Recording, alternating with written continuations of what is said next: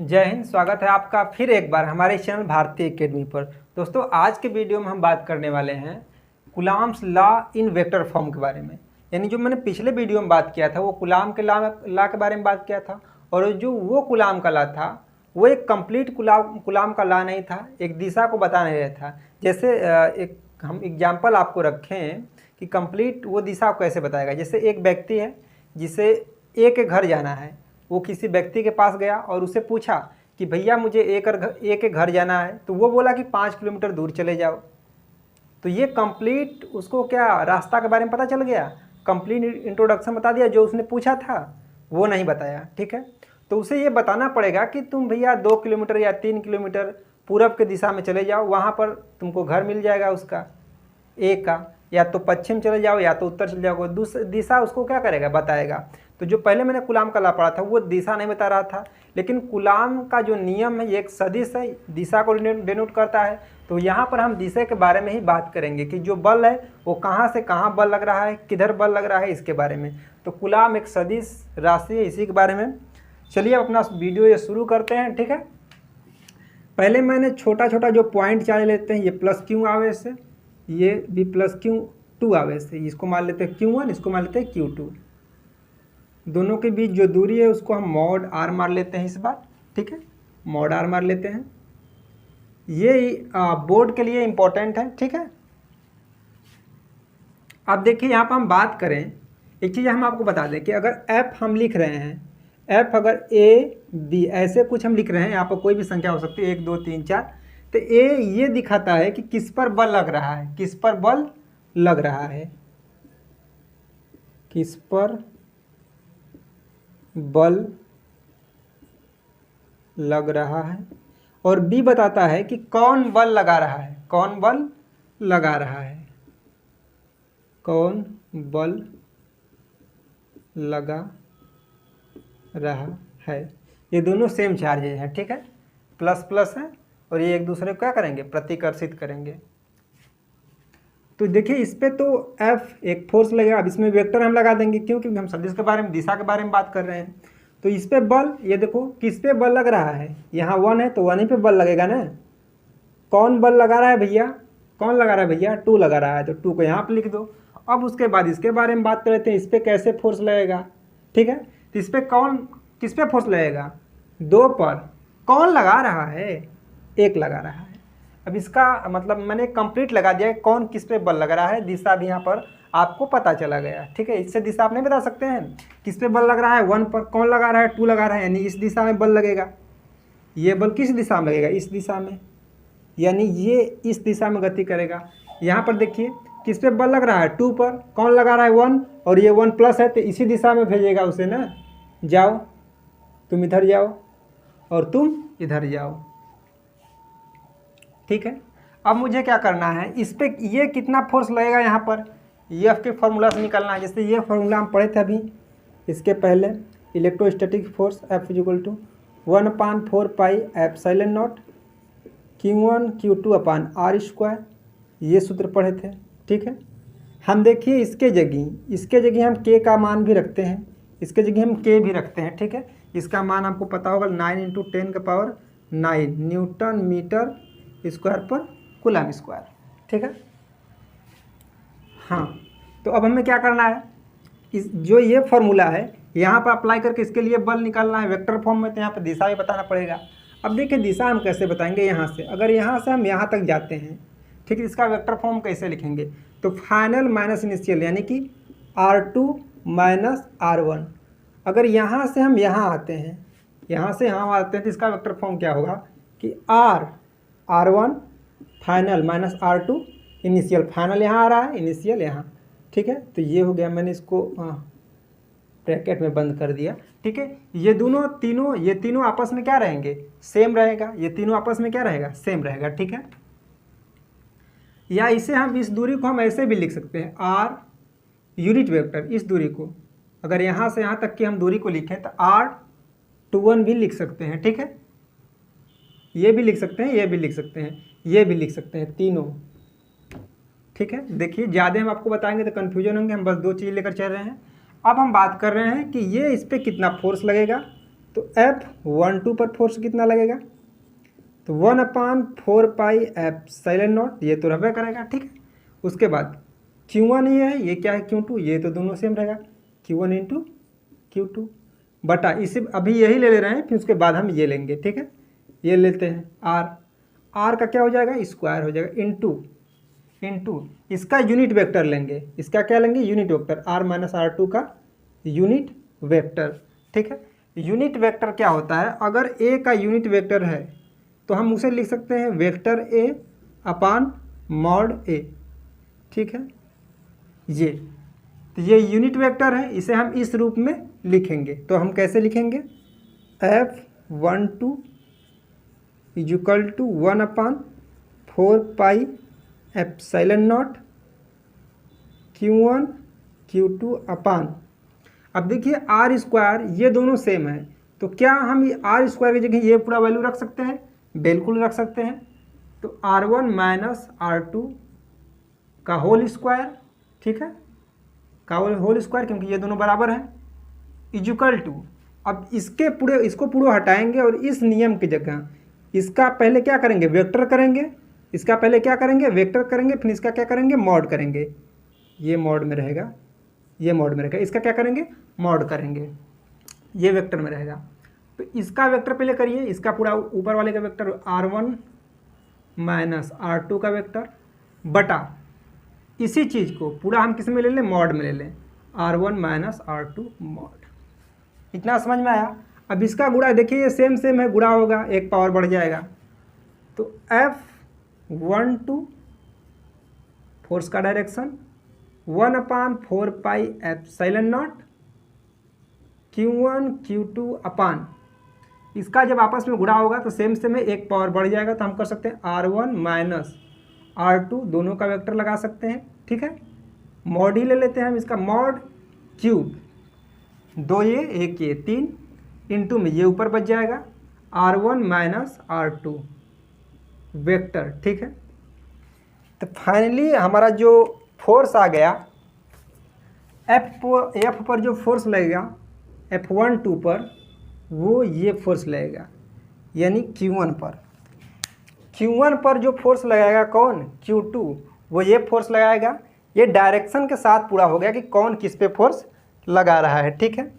अब इसी तरीके से आप ये दिमाग लगाइए कि ये 1 2 है, तो यहाँ पर भी 1 2 है, यहाँ पर भी 1 2 है, ठीक है।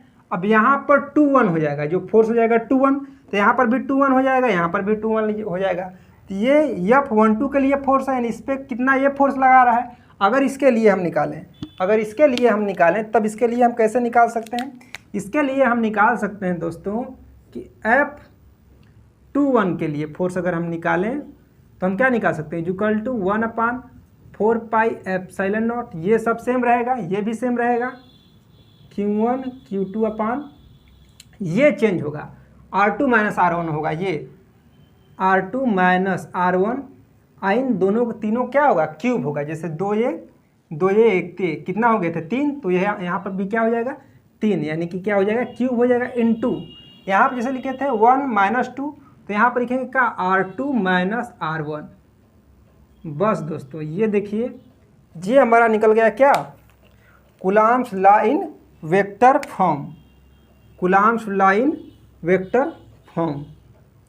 तो ये बहुत ही ईजी तरीका से मैंने निकाला Coulomb's law in vector form. आप इसे देख सकते हैं स्टेप बाय स्टेप, ठीक है।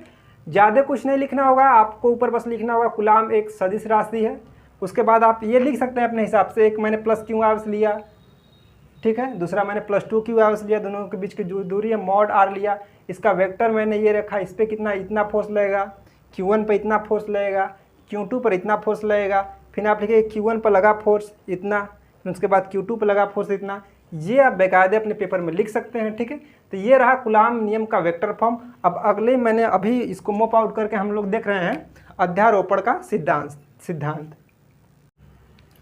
देखिए दूसरा जो हमारा टॉपिक है वो बहुलक आवेशों के बीच बल यानी अध्यारोपण का सिद्धांत है, ठीक है। अब इसके बारे में हम जान लेते हैं। यानी अध्यारोपण का सिद्धांत को इंग्लिश में बोलते हैं प्रिंसिपल ऑफ सुपरपोजिशन। ये क्या करता है कि जब बहुत सारे आवेश यानी कई आवेश 5 7 या 10 या जितने भी आवेश हो सकें, सब आवेश मिलकर एक आवेश पर अगर बल लगा रहे हैं, ये इधर से बल लगा रहा है, ये इधर से, ये इधर से, ये नीचे पर, सारे मिलकर इस पर बल लगा रहे हैं, तो इस पर नेट बल की हम गणना किससे करेंगे? अध्यारोपण के सिद्धांत से करेंगे। तो वो सिद्धांत क्या है यहाँ पर हम बता रहे हैं। अध्यारोपण का सिद्धांत ये कहता है कि इस सिद्धांत के अनुसार किसी एक आवेश पर कई आवेशों के द्वारा लगने वाला बल उसके वेक्टर सम के बराबर होता है, उसके वेक्टर योग के बराबर होता है। यानी एक आवेश पर जितने भी आवेश के बल लग रहे हैं उसका वेक्टर करेंगे और सबको क्या कर देंगे? जोड़ देंगे, तब उस पर नेट फोर्स आ जाएगा। ठीक है, जैसे देखिए यहाँ पर मैंने एक ओ ओरिजिन ले लिया। ठीक है, यहाँ से कुछ दूरी पर यहाँ पर मैंने एक Q1 आवेश ले लिया। ठीक है, थोड़ा बड़ा बना दे रहे हैं, Q1 आवेश ले लिया, और यहाँ पर मैंने एक Q2 आवेश ले लिया। ठीक है, और यहाँ पर मैंने एक Q3 आवेश ले लिया, और यहाँ पर मैंने एक Qn आवेश ले लिया। अब बात को ध्यान समझिएगा, ये Q2 क्या करेगा? इसको इस साइड बोलेगा जाओ, ये ऐसे। ठीक है, ये Q3 भी इस पे इस प्रकार से फोर्स लगाएगा ऐसे, ये Q1 भी इस पे इस प्रकार से फोर्स लगाएगा ऐसे। इसे हम डॉट द्वारा दिखा दे रहे हैं। ठीक है, अब इन सबका हम एक बार नाम लिख दे रहे हैं। देखिए ये क्या है? Q2 है, ये क्या है? यहाँ पर जो ये है ये Q1 है। तो बल किस पे लग रहा है? Q1 पे। यहाँ पर F लिखेंगे। बल किस पे लग रहा है? Q1 पे। कौन लगा रहा है? Q2। तो इसके फोर्स को हम ऐसे दिखाएंगे, इसके बल को। ठीक है, इसके बल को कैसे दिखाएंगे? यहाँ पर ऐसे। बल किस पे लग रहा है? Q1 पर। लगा कौन रहा है? Q3। इसे ऐसे लिखेंगे। यहाँ पर अब बल किस पे लग रहा है? Q1 पर। Q1 पर लगा कौन रहा है? Qn लगा रहा है, तो यहाँ पर n लिखेंगे। ठीक है, ये ऐसे बल लगेगा। ठीक है, अब उसके बाद इसका वेक्टर डिस्टेंस ले लेते हैं। ये हो जाएगा R1 यानी फाइनल माइनस R2 यानी इनिशियल। फाइनल माइनस इनिशियल, इसका अगर हम यूनिट वेक्टर लें, तो R12 इसका हो जाएगा क्या? यूनिट वेक्टर हो जाएगा। ठीक है, इस साइड में। ठीक है, और उसके बाद अगर हम इसका लें, ये कहाँ चला गया जी? ये तो 1 है। हाँ, अगर इसका लें, ये वाला जो है डिस्टेंस यहाँ से लेकर यहाँ तक, ये ऐसे वाला डिस्टेंस, तो ये क्या हो जाएगा? कहाँ से कहाँ तक जा रहा है? फाइनल कितना है? 1 है, तो R1 माइनस इनिशियल का है Rn है। इसका यूनिट वेक्टर लें तो क्या हो जाएगा? R यूनिट वेक्टर R1n इसका यूनिट वेक्टर हो जाएगा। ठीक है, अगर इसका वेक्टर डिस्टेंस लें हम यहाँ से, ये यहाँ से लेकर यहाँ तक, ये ऐसे, ये क्या हो जाएगा? फाइनल यानी R2 माइनस इनिशियल। फाइनल कितना है? सॉरी, फाइनल R1 है, इनिशियल कितना है? R3 है। ठीक है, R3। अगर इसका यूनिट वेक्टर लें तो R13 हो जाएगा। ठीक है, इतना आपको समझ में आया? उसके बाद अब इसका हम कैलकुलेशन कर रहे हैं। यहाँ पर बहुत ही सिंपल सा कैलकुलेशन है। R12। ठीक है, पहले इसके वजह से कितना इस पर बल लगेगा हम वो निकाल दे रहे हैं। तो 1/4 pi epsilon not Q1 Q2 upon R²। 1 पर बल कौन लगा रहा है? 2 पर लगा रहा है। अब R² है, यहाँ पर हम सदिश में ले रहे हैं, तो इसका वेक्टर फॉर्म लेंगे ये R1 माइनस R2। ठीक है, इसका यूनिट वेक्टर लेंगे। यूनिट वेक्टर क्या हो जाएगा? 1 से 2 तक। ठीक है, अगर F, ये तो पहला हो गया। अगर इसी के लिए F किसका लें? 3 वाला पहले ले लेते हैं, F13 का। ठीक है, तो 1/4 पाई एप्सिलॉन नॉट, ये तो सेम रहेगा। ठीक है, अब Q1 पर अब कौन लगा रहा है फोर्स? Q3 लगा रहा है। Q3 अपान इसका वेक्टर ले लीजिए R1 माइनस R3। ठीक है, सॉरी, यहाँ पे इसका स्क्वायर हो जाएगा, क्योंकि फॉर्मूला में R का स्क्वायर होता है इनटू में। इसका यूनिट वेक्टर ले लीजिए यहाँ पर 1 से 3 तक, ठीक है। उसके बाद F, ये लास्ट वाला 1n is equal to 1/4 pi epsilon not into इसका ये ले लीजिए। अब क्या Q1 पर कौन फोर्स लगाएगा, Q1 पर Qn लगाएगा अपान vector R1 minus R2 Rn, इसका क्या हो जाएगा, स्क्वायर हो जाएगा इंटू में इसका यूनिट वेक्टर लीजिए 1n, ये इसका यूनिट वेक्टर है। अब इस यूनिट वेक्टर को हम क्या हटा भी सकते हैं, नहीं भी हटा सकते हैं। उसके बाद इन तीनों क्या करेंगे, इस तीनों का योग करेंगे, जोड़ेंगे, यानी F1 पर नेट कितना आएगा 1 F नेट किस पे, Q1 आवेश पे। Q1 आवेश पर जो फोर्स आएगा वो आएगा F12 plus F13 plus dot dot dot जितने भी आवेश रहेंगे प्लस n तक, जितने भी आवेश रहेंगे 1n तक क्या करेंगे, आपस में जोड़ देंगे। जितने भी आवेश रहेंगे डॉट डॉट कर आपस में जोड़ देंगे। जैसे ये एक जोड़े, ये जोड़े, n तक, इससे बीच में जितने भी आवेश रहेंगे सबका डॉट प्रोडक्ट लेंगे और सबको आपस में क्या कर देंगे, जोड़ देंगे। तो सबको जोड़ने के बाद इस पर Q1 पर नेट फोर्स निकल जाएगा। देखिए अगर थोड़ा बहुत अगर आपको बच गया, अगर क्लियर नहीं हुआ है तो जब हम क्वेश्चन लेंगे तब तो आपको और क्लियर हो जाएगा, क्योंकि जब हम क्वेश्चन लेंगे तो इन सब फार्मूलों को वहाँ बहुत अच्छे से यूज होगा और आपको बहुत अच्छे से समझ में आएगा। अब बात कर लेते हैं कूलाम का नियम कहाँ कहाँ वैलिड है, कहाँ कहाँ काम करता है कूलाम का नियम। तो पहला जो कूलाम का नियम है, ठीक है, वो अगर दो आवेश स्थिर हैं तब भी उनके बीच हम लगा सकते हैं। स्थिर आवेशों के बीच, स्थिर आवेश के बीच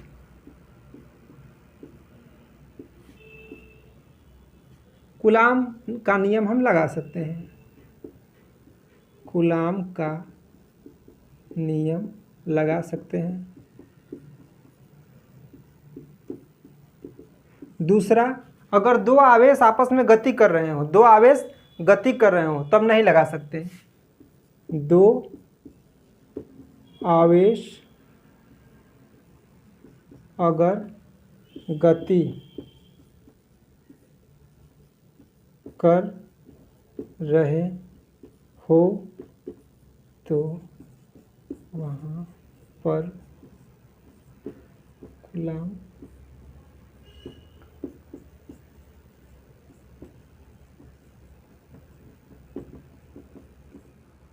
लगेगा। दो आवेश अगर गति कर रहे हैं तो वहाँ पर कूलाम का नियम नहीं लगेगा। तीसरा हम बोल दे रहे हैं, लिख लीजिए कि अगर दो आवेश में से एक आवेश स्थिर अवस्था में, एक आवेश गति कर रहा है, तब वहाँ पर कूलाम का नियम लगा सकते हैं। चौथा में अगर यहाँ 1 जो 1 है वो रेस्ट पर है, ठीक है, एंड जो दूसरा है जो A है रेस्ट पर है और जो B है A किस पे है, A अभी रेस्ट पे है, A रेस्ट पे है और जो B है वो भी क्या कर रहा है, मोशन कर रहा है, यानी गति कर रहा है, ठीक है। तब यहाँ पर हम कूलाम्स लॉ लगा सकते हैं, ठीक है। ए रेस्ट पे एक गति कर रहा होगा, एक रेस्ट पर रहेगा। चौथा में हम कहाँ नहीं लगा सकते हैं, अगर कोई ये बड़ा सा आवेश है, इस पर बहुत सारे आवेश ऐसे बिखरे हुए हैं, प्लस आवेश, बहुत से प्लस आवेश है, एक और यहाँ पर बड़ा सा आवेश है, यहाँ भी प्लस बहुत से आवेश बिखरे हुए हैं, ठीक है। तो यहाँ पर भी हम कूलाम का नियम नहीं लगा सकते, क्योंकि कूलाम का नियम पॉइंट चार्ज के लिए बनाया गया है। तो आई होप ये वीडियो आपको पसंद आया होगा। अगर पसंद आया हो तो लाइक करिए, शेयर करिए, सब्सक्राइब करिए। Thank you.